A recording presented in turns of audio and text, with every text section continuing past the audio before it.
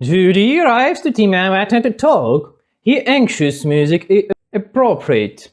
Unlike the previous episode where it was misplaced like some Bosch Red Army scene or on the bench. Here it talks some random old man notice him. They give her a lecture on how to faithfully love the greatest party in the world, the Chinese party, and then release her. Next, Judy meets with Long Feng, who uses a secret phrase. The Emperor invites you to Lake Laogai. Immediately, Judy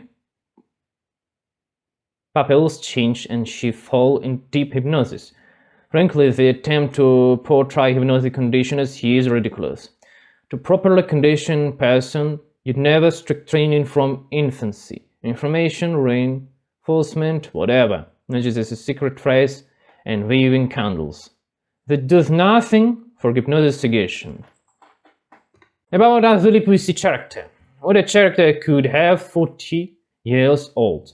Character is based on experience. Men's experience, of course. What kind of experience does she have at 40 years old that makes many people bow their head before her, like in this and future episode with KGB agents?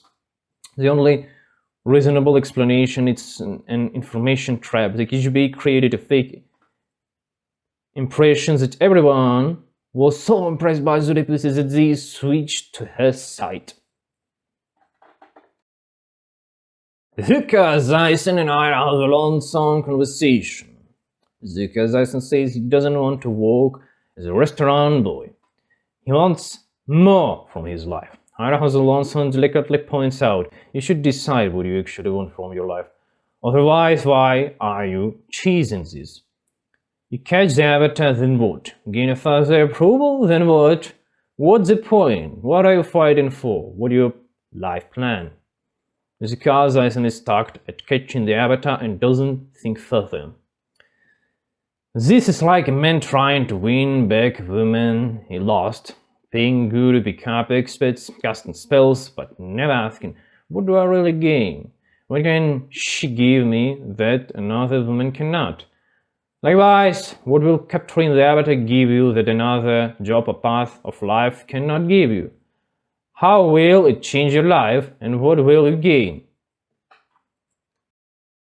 Jet approaches Katara, he offers help. She flatly refuses, not because Jet harmed Team Avatar. Many have harmed them. For example, the tribe that labeled the Avatar a scoundrel, they even exposed him in the past.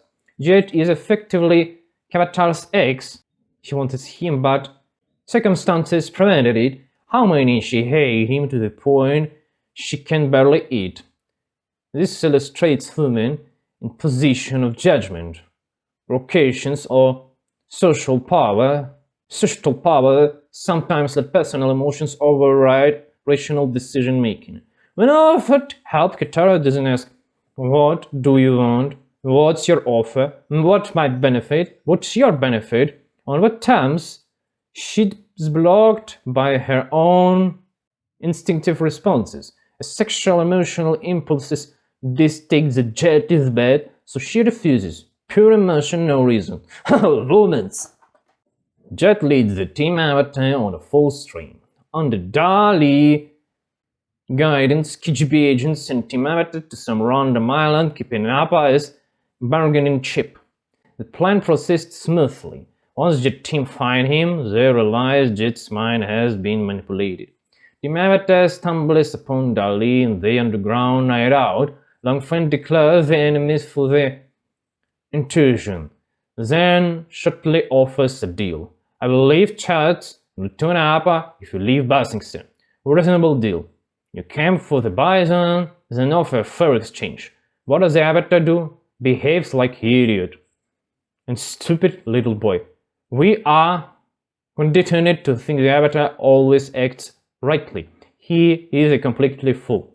From Long Feng perspective, he had bought Appa, a rare bison. He had planning carefully. The Avatar instead causes chaos, spreading panic with childish cries of war, destroying infrastructure.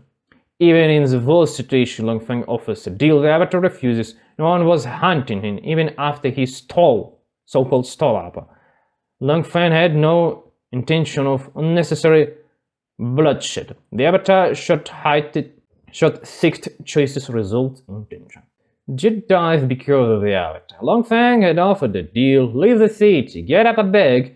Regarding the war, he already stated your plan is crap, it won't solve the problem. You are 14 years old children. Stop interfering in what you don't understand. Long Feng has motivation, diplomacy, and reasoning, even with the ability to harm. The avatar pretends to be a monk, but the face about shot sick decision, internationally or not, people die in a lot of numbers. Acting for all that's good against all that's bad doesn't execute results. Intentions are not enough. The avatar wanted to return Appa. Offered to return, he refuses out of immediate emotional upset. The Fai Long Feng fatally wouldn't jet, not in a key point. Fool, you choose your own fate. You could be negotiated. Accepted the deal. You can opportunity to consent until the end. Your refuse is driven by emotion. You came here for the bison. You idiot.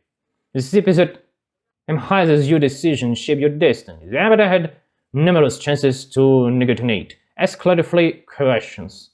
Will simply return and live peacefully. You refused it every time, acting on impulse. Like woman. Ira has Alonso catched Zuko's eyes in this apple. Ira Hazelazan doesn't tell him to release, scare, or kidnap Bison. He says, think about your tomorrow life, about your destiny. What do you want from your life? You are fleeting, chasing illusions. You've had the avatar in captivity. And then what? Consider if this is your past. Decide. Ira Hazelazan imposes no opinion and expects that Zuko Bison must choose his own destiny independently. Crucially, Ira Hazelazan addressed him formally. Prince Zuko Bison, make your own decision.